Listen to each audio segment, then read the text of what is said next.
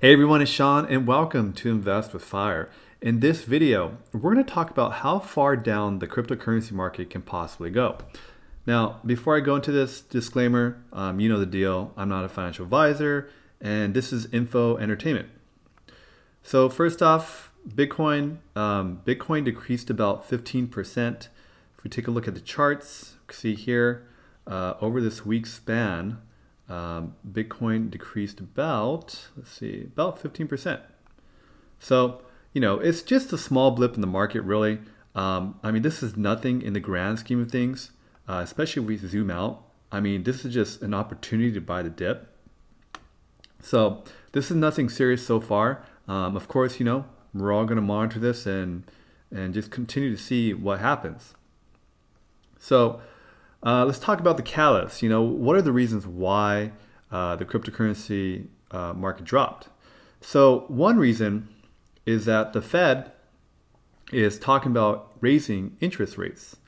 Now, when the Fed does this, it causes the markets to basically take their money off risky assets and put it into less risky assets. So cryptocurrency, as you may know, is a super risky asset. And another reason why is that when this is done, that means they're going to put their money into bonds, right? Because bonds are really safe because it's basically a loan with like a guaranteed return on it. And when that happens, that means the dollar goes up because now all this money will inflow into the dollar, right? And so that's what they talk about, how the strong dollar here. So we take a look at the charts right here. We can see here that the dollar has been increasing for the past couple of weeks. You can see here about a 2% increase in the dollar. So that's what this article is talking about, how the dollar is increasing in price. And you can see that. And there's a bit of an inverse relationship between the dollar and cryptocurrencies too. So when the dollar goes up, cryptocurrencies can go down. So you can see here this little divergence where Bitcoin's going down and the dollar's going up. And another reason why, I don't actually think that the Fed is going to raise interest rates. But of course we'll see. I also think that the Fed is painted into a box. And what I mean by that is that if they raise their interest rates, that means the U.S. debt is only going to get larger and larger. And the markets are going to react harshly to this and go down also. And the U.S. really values its U.S. Stock market, right? Because that's how we show the world that we're still powerful, is by our stock market, and that it's only going up. And let me just show you this website, this usdebitclock.org. And this website is great because you can see here's the U.S. national debit. And our debt is $28 trillion right now. And our debt to GDP is 125%. Compared to back in 1960, it was only 52%. So you can just imagine, if you're paying, 0.25% interest rate on 28 trillion and you increase that to 2%, that's going to be insane. That's a huge jump, 2% on 8 trillion, right? What is that? 28, 1, 2, 3, 1, 2, 3, 1, 2, 3, 1, 2, 3 times 0.002. That's $56 billion, right? Oh no, sorry, I threw in one extra zero. That is $560 billion. Oh my God. So that's what will happen if they raise interest rates.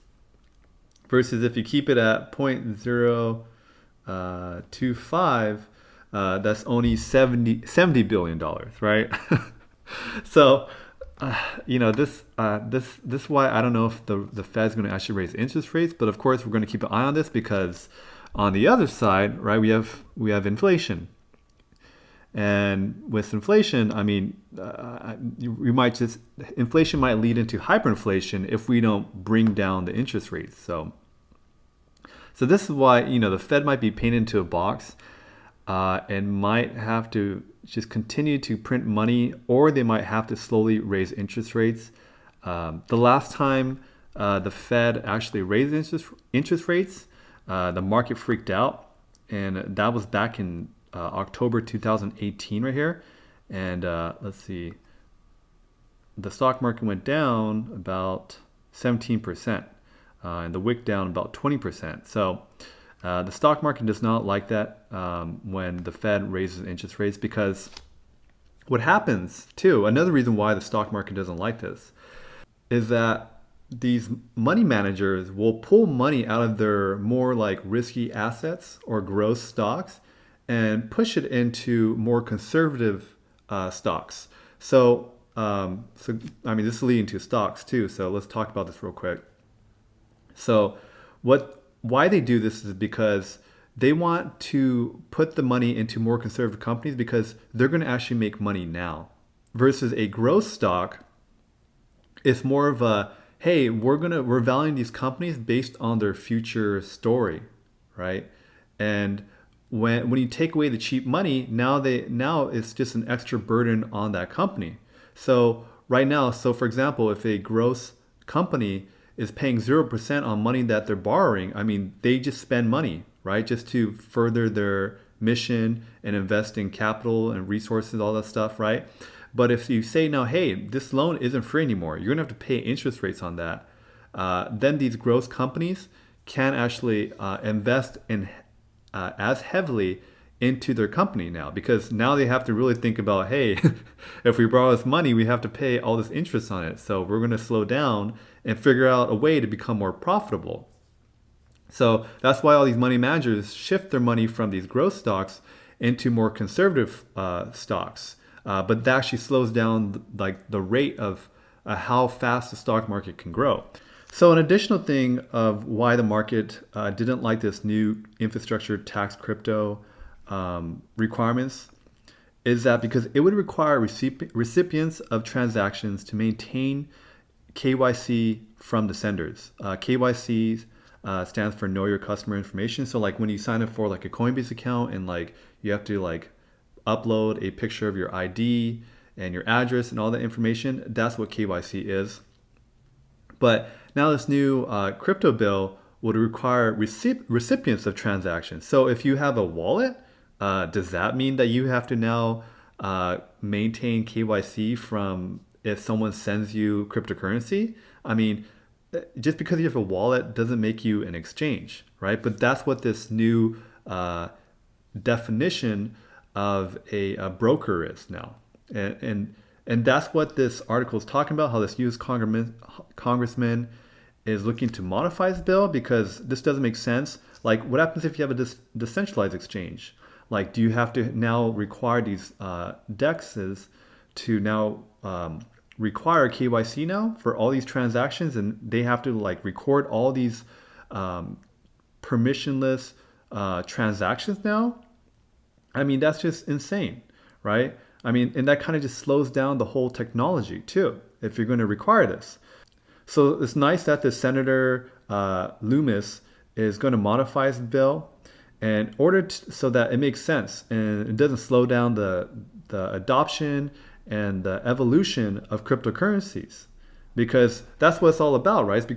It's all about becoming decentralized, permissionless, and to kind of get rid of the middleman of the financial system, right? And make transactions fast, quick, and easy, and low cost. All right, next we're going to take a real quick look at on-chain analytics, and then take a look at the charts to see where we're at and where we could possibly go. So first off, on-chain analytics, you can see here, this is a diagram from Willy Woo, and this is a long-term investor's buy and sell heat map. And you can see here, Willy Woo's calling it, and he's saying that this is just a minor dip right here, and this is nothing in the grand scheme of things, right? This drop is nothing compared to back in the summer right now. So taking a look at TradeView right now, and right now we're still trading at 55,666. Oh no, that might not be a good sign, right? But so I drew these lines right here, and these are kind of just lines. You know, I still have my hesitations about technical analysis. Um, I saw a funny joke about how basically technical analysis is like astrology for men. Because sometimes, you know, like when people say like, oh, there's a head and shoulders pattern happening. I mean, so is this a head and shoulders pattern? Like you have these three waves right here, you know, and like you could kind of draw lines whichever way you want, right? Like I could draw all these lines right here. Let me just turn off some indicators. And, you know, I could draw these lines and, you know, I could say like, hey, once we hit these lines, you know, that's going to be bad, right? I mean, but I mean, can you just say, well, what if I drew it here, right? And wouldn't this be really bad? But you know, a technical analysis is more about probabilities and seeing market psychology play out.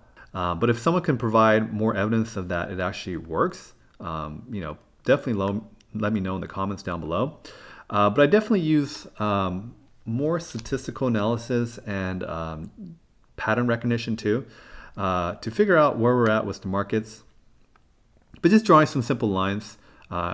So, you know, if we hit this first resistance, this is around $52,000, and the second resistance line is around $37,000, and you know, this definite resistance is below or around the previous low of the summer lull right here, and that's $32,000. And let me pull this one indicator. This is the bull market support band. I've talked about this before, and so this is a 20-week SMA and a 21-week EMA, and this indicator was popularized by Into the Cryptoverse. And we talk about is that when Bitcoin goes past this 8-week indicator right here, this blue line right here, it tends to hit this support band right here. So whenever we break this 8-week, that's when we hit this support band right here. So we'll kind of take a look at this in the past. So you can see here, you know, once we've broken this, right, we hit this the bull market support band right here. And I'll show you another example. Like you can see in this previous bull run right here, every time we broke through this blue line right here, this 8-week, we've hit this support band right here, right? Broke through it and went above it, rode the 8-week and broke through it, hit this bull market support band, and just continued up. And finally, whenever we broke through these two supports right here, that's when the market started trending downwards. You know, right here, see that, right? And then looking right now, so you can see here, we're kind of riding up on this, broke through these two lines again, and went under this bull market support band. And you can see here, we rolled this 8-week up, right? And we didn't break it until we finally broke it and went through the bull market support band, and then we broke through it, right? And so this is where we're at right now. And we've just passed this 8-week right here. And now we're going to hit, I mean, just based on what we've seen in the past, we might hit this bull market support band, which is $52,000 and $49,000. So I definitely think if we hit and go through this bull market support band, I mean, this is going to be another good buying opportunity. And I've talked about this in my previous videos, but I do not think that the market is going to peak in November or December. It's just not enough time. But of course, you know, this is just my guess. And if the market goes up, you know, I'll be selling too. But you know, it's just quite a move for Bitcoin to do this. So if we do this, I mean, that's a 90%, nope, hold on, from this candle. This is a 79% increase. And as you may know, that the higher the market cap of something goes, the harder is the more money it takes to push it up. So in order to go 80% all the way to $100,000 for Bitcoin, I mean, that's quite a move. You know, let's take a measured move from here. Let's see if we could just transpose this and see right here. Well, right here, I mean, you know, this if we take this part and transpose it here, well, actually, yep, right here. So, I mean, that's a move right there, right? I mean, I'm not saying Bitcoin can't do it, I'm just saying it would be hard. But I mean, even this pushes out past 2021 and early 2022. So, I'm just kind of keeping an eye on that, but it's going to be hard for Bitcoin to do that, but it definitely can. But I don't think it's going to happen. But a lot of people are calling for it. But it just looks like, each cycle is getting longer and longer. So it only makes sense for Bitcoin to push out past 2021 and into 22, where hopefully we have the market cycle peak. So I drew these lines right here from these different scenarios, and I could say that this cycle can possibly go into February 2023, just based looking at the trends of percent change from cycle to cycle. So what I mean by that is that each cycle gets longer in days. So I just drew these lines from anywhere from April to February. So we'll see, and I'll keep you guys updated on where the market's at. So that's it, everyone. If this video is helpful, like and subscribe. This is just a minor dip in the market right now, and it's definitely a buying opportunity for Bitcoin. If we take a look at Ethereum, Ethereum's trading at under $44,000. I also think it's a really good buying opportunity for Ethereum. So nothing really unusual. So anyways, like and subscribe. I'll talk to you guys later. Thanks. Bye.